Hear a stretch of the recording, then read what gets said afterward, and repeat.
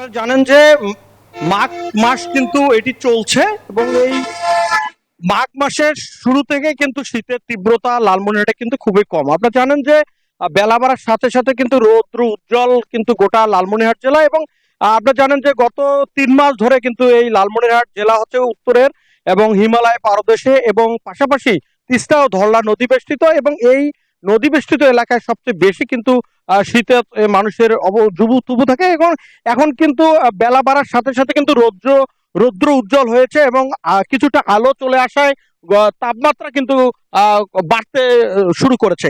এদিকে কিন্তু খেটে খাওয়া মানুষরা কিন্তু অনেকেই স্বস্তির মধ্যে রয়েছে। বিশেষ করে আপনারা জানেন যে সন্ধ্যার পর থেকে কিন্তু শীতের তীব্রতাটা একটু বেশি থাকে এবং সন্ধ্যার পর ভোর থেকে কিন্তু শীতের তীব্রতা বেশি থাকে। এর মধ্যে কিন্তু অনেক খেটে খাওয়া মানুষ অনেক কষ্টে রয়েছে থাকে এবং পাশাপাশি আপনারা জানেন গ্রাম অঞ্চলগুলোতে সবচেয়ে বেশি শীত পোহাতে হয়। বিশেষ করে অনেক এখনো পর্যন্ত কিন্তু শীতে কিন্তু মানুষ খড়কুটা জ্বালিয়ে কিন্তু শীত নিবারণের চেষ্টা করে এবং পাশাপাশি আপনারা জানেন যে বিশেষ করে খেটে খাওয়া মানুষ কিন্তু এই ঠান্ডায় কিন্তু অনেক কষ্টে ছিল এবং পাশাপাশি আপনারা জানেন যে তিস্তা ধরলা নদী বেষ্টিত যে মানুষগুলো বসবাস করে সেখানে কিন্তু শীতের তীব্রতা বেশি এবং শীতার্ত মানুষের কষ্ট। এদিকে আমরা হাসপাতালগুলোতে খোঁজ নিয়েছি, হাসপাতালগুলোতে কিন্তু রোগীর সংখ্যা বৃদ্ধি পেয়েছে। বিশেষ করে লালমনিরহাট 5টি উপজেলার মধ্যে যে হাসপাতালগুলো রয়েছে সেই হাসপাতালগুলো কিন্তু অনেক রোগী আউটডোরে কিন্তু চিকিৎসা নিয়ে ফিরে যাচ্ছে। বেশিরভাগই কিন্তু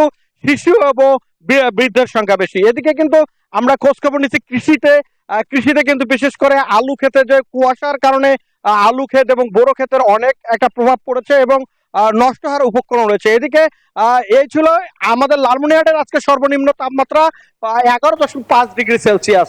আমরা যাচ্ছি পঞ্চগড়ে, সেখানকার হাসপাতালগুলোতে রোগীর সংখ্যা কেমন সেই সংবাদ জানাবেন আমাদের সরকার হায়দার।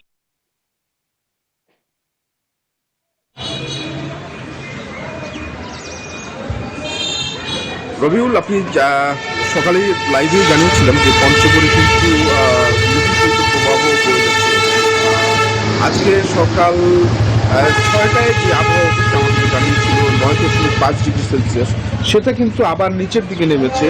এখন কিন্তু সকাল 9টায় যেটা আমাদেরকে আবহাওয়া অফিস জানিয়েছে, তাপমাত্রার পারদ কিন্তু 3 ডিগ্রি নিচে নেমে গিয়ে 9.2 ডিগ্রি সেলসিয়াস এখন তাপমাত্রা কিন্তু বিরাজ করছে এবং সেই সাথে এটাই বোঝা যাচ্ছে যে তাপমাত্রার পারদ নিচের দিকে নামছে, এখানে কিন্তু শীত আরও বাড়বে।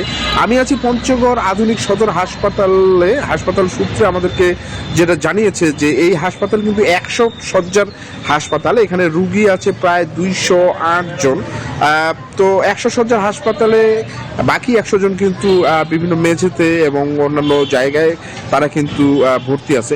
আমরা শীতজনিত যে রোগীর সংখ্যা সেটা খুব বেশি না হলেও প্রায় অর্ধশতাধিক শিশু এবং যারা বয়স্ক মানুষ রয়েছেন তারা কিন্তু শীতজনিত নানা রোগে আক্রান্ত হয়ে তারা কিন্তু এই হাসপাতালে ভর্তি হচ্ছেন এবং উপজেলা স্বাস্থ্য কমপ্লেক্সগুলো যেগুলো রয়েছে সেগুলোতেও কিন্তু শীতজনিত নানা রোগে আক্রান্ত হয়ে শিশু, বয়স্ক এবং অন্যান্যরা কিন্তু ভর্তি হচ্ছেন, অনেকে চিকিৎসা নিয়ে চলে যাচ্ছেন এবং যেটা ডাক্তাররা যেটা বলছেন যে সর্দি, কাশি, হাঁপানি এবং শিশুদের ডায়রিয়া এই ধরনের রোগেই সাধারণত আক্রান্ত হচ্ছেন সবচেয়ে বেশি এবং চিকিৎসকরা বলছেন, হাসপাতাল সূত্রগুলো বলছে যে তারা চেষ্টা করছেন তাদেরকে যাতে হাসপাতালে ভর্তি না হতে হয় সেই প্রাথমিক চিকিৎসা প্রথমে দেখছেন, তারপরে যদি প্রয়োজন হয় তাদেরকে হাসপাতালে ভর্তি করছেন। বিশেষ করে শিশুদের এবং বয়স্করা কিন্তু এই হাসপাতালে বেশি ভর্তি হচ্ছেন এই হাসপাতালগুলোতে। তো মাঘের এখন কিন্তু আমরা যেটা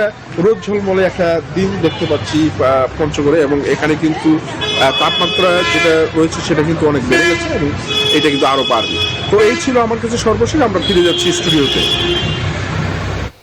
ধন্যবাদ আপনাদের।